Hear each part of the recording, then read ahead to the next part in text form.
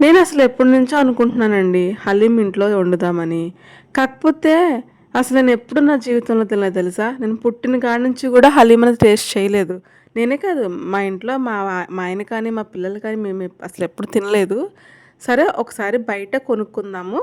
దాని టేస్ట్ ఎలాగుంటుందో చూసి అప్పుడు ఇంట్లో వండుకుందాము నచ్చితే. అప్పుడు బయట టేస్ట్‌కి మ్యాచ్ చేద్దాము అనే ఆలోచనతోని నేను బయటకొచ్చి హలీం అనేది కొన్నాను. నిజం చెప్పాలంటేనండి, నేను తినేసిన తర్వాత ఈ వీడియోకి వాయిస్ ఓవర్ ఇస్తున్నాను. నిజం చెప్పనా?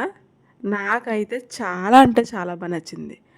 నిజం చెప్తున్నానండి. అంటే ఇన్ని సార్లు నిజమని ఎందుకంటున్నానంటే, టేస్ట్ అంత బావుందసలు. నేనెప్పుడు తినలేదు తెలుసా హలీం అనేది. ఎందుకంటే అదొక ఫీలింగ్ ఉంటుంది నాకు. బాబోయ్! ఏంట్రా బాబు నాన్ వెజ్‌ని మెత్తగా ఉడకబెట్టుకొని తినడం ఏంటి? ఇదేం టేస్ట్ ఇలాగుందా? ఆ ఫీలింగ్‌లో ఉండేదాన్ని. అంటే నీకెలా తెలుసు మెత్తగా ఉడకబెడతారని మీరు అనుకుంటారేమో. చాలా వీడియోలో చూసానులెండి ట్రై చేద్దామని. కానీ నా ఒపీనియన్ అంతా బ్యాడ్ తెలుసా? అస్సలు దేని టేస్ట్ దానికే. మనం ఎలా వండినా కానీనండి, ఏ వంటకానికి ఉండే రుచి ఆ వంటకానికి ఉంటది. మా మా రాణి ఏమంటుంది చెప్పనా? అమ్మ రేపు ఒకసారి ట్రై చేయొచ్చు కదా! మా ఫ్రెండ్స్‌కి కొంచెం పట్టుకెళ్ళి ఇస్తానని అడుగుతుందనమాట. వాళ్ళకి అంత బాగా నచ్చేసిన టేస్ట్. నాకు కూడా ట్రై చేయాలని ఉంది. ట్రై చేసిన తర్వాత దాని టేస్ట్ దీని టేస్ట్ ఒకటేగా ఉందో లేదో నేను వీడియో అనేది పోస్ట్ చేస్తానండి. నాకు ఇప్పటికీ ఒకటే డౌట్. దీన్ని అసలు వేడిగా తినాలా? చల్లగా తినాలా?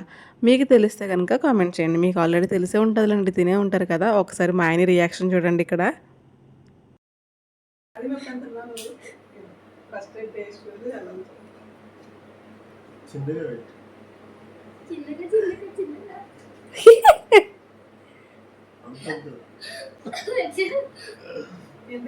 Chicken haleem daddy.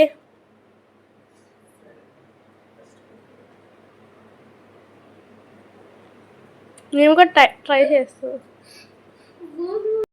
అదనమాట మా ఆయన రియాక్షన్. మా ఆయనకు కూడా చాలా బాగా నచ్చిందంట. కానీ ఒక స్పూనే తిన్నారు. తర్వాత తినలే. ఎందుకంటే ఫిష్ కర్రీ ఎదురు చూస్తుంది అనమాట తినడానికి. మా బుడ్డి అయితే ఒకటే ఎదురు చూపులు.